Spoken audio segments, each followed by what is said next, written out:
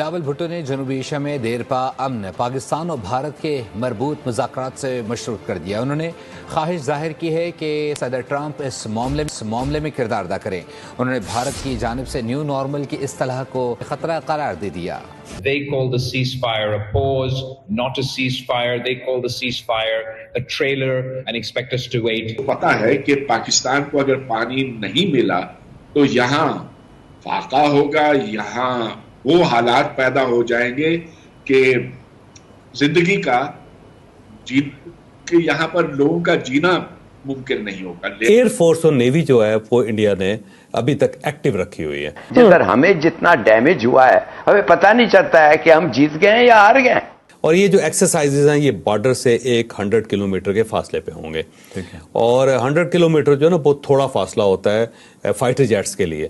آپ یہ سمجھیں کہ 1 آدھ سیکنڈ کے اندر ہی وہ بہت آگے آ سکتے ہیں, اور 1 منٹ میں بھی وہ پاکستان کی سرحد جو ہے اس کو کراس کر کے پاکستان کے اندر داخل ہو سکتے ہیں. تو وہ کہتے ہیں کہ بس یہی ہمارا مسئلہ ہے, ہم بھارت کے ساتھ تو پیس کی منتیں کر رہے ہیں, بھارت ہماری باتیں ہی نہیں سننا چاہتا. ڈیلیگیشن ہے وہ وہاں پہ جا کے ان لوگوں کو ملا ہے جو فیصلہ ساز ہیں. مثال کے طور پہ انہوں نے امریکن جو وائس پریزیڈنٹ ہے JD وینس, اس سے ملاقات کی. اور یہ مشقیں صرف 1 دن کے لیے نہیں ہے بلکہ مسلسل وہ اس ڈیوریشن میں اضافہ کرتے چلے جا رہے ہیں. پاکستان جو ہے وہ اندر اپنے یہاں جو لوگ بٹھا رکھے ہیں ہم نے سو کالڈ انمول رتن یا میں جنہیں بولتی ہوں ٹیررسٹ, ان کے اوپر. جے ہند دوستوں, جیسا کہ دوستوں آپ نے کلپ میں دیکھا, اس وقت پاکستان میں پانی اور بجلی کی بھاری کمی ہو گئی ہے. ابھی پاکستان کا بنا پانی کی حالت بہت ہی خراب ہو گئی ہے. نہیں پینے کے لیے پانی نصیب ہو رہا ہے اور نہ ہی کھیتوں میں سینچائی کرنے کے لیے. اب پاکستان بھارت کے آگے پانی کے لیے گڑ گڑا رہا ہے. نہریں سوکھ گئے ہیں, ڈیم سوکھ گئے ہیں, جس کی وجہ سے پاکستان میں کھیتی کرنا بالکل اسمبھو ہو چکا ہے. اور اگلے کچھ ہی دنوں میں پاکستان میں بجلی کی کٹوتی بھی شروع ہو جائے گی. اب پاکستان ودیشوں میں جا کر گڑ گڑا رہا ہے کہ بھارت سے بات کروا دو. پاکستانی پورو ودیش منتری بلاول بھٹو نے امریکہ سے بھارت کو بات چیت کی میز پر لانے کا انورودھ کیا ہے. بلاول بھٹو نے کہا, سنگھرش سے بچنے کے لیے یہی ایک ماتر راستہ ہے. بھٹو نے کہا کہ ہمیں پانی کی ضرورت ہے, بنا پانی کے ہماری جنتا کا جیون بدتر ہو گیا ہے. بلاول نے کہا, 22 اپریل 2025 کو پہلگام حملے کے بعد بھارت اور پاکستان کے بیچ تناؤ بڑھ گیا. اس کے بعد بھارت نے سندھو جل سے سمجھوتا رد کر دیا. اس کے جواب میں پاکستان نے شملہ سمجھوتا سہت بھارت کے ساتھ سبھی دوپکشیہ سمجھوتوں کو نلمبت کرنے کا فیصلہ لیا. بھارت اور پاکستان نے 1960 میں سندھو سمجھوتا کیا تھا.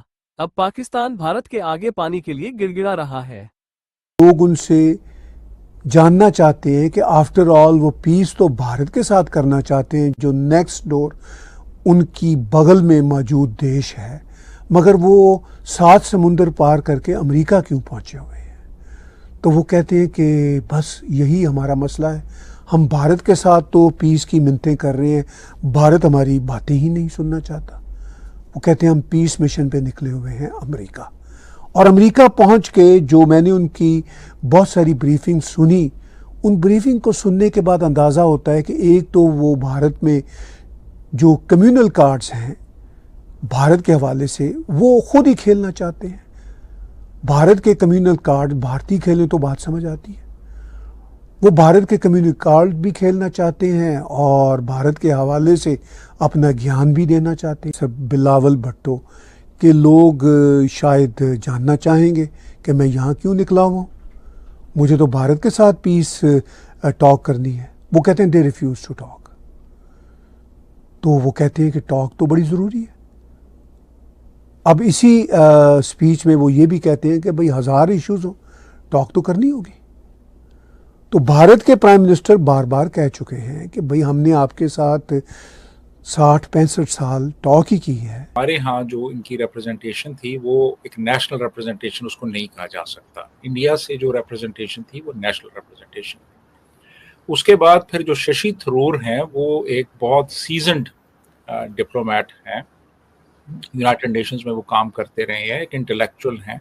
ان کا جو انگلش ایکسپریشن ہے وہ بہت اچھا ہے اور وہ بڑے ایک ڈیسنٹ پولائٹ لیکن بڑے ایک پاورفل انداز میں اپنی بات کمیونیکیٹ کرنے کی اہلیت رکھتے ہیں. ہمارے ہاں سے بلاول بھٹو تھے جو ابھی ایک طرح کے اپرینٹس ہی ہیں,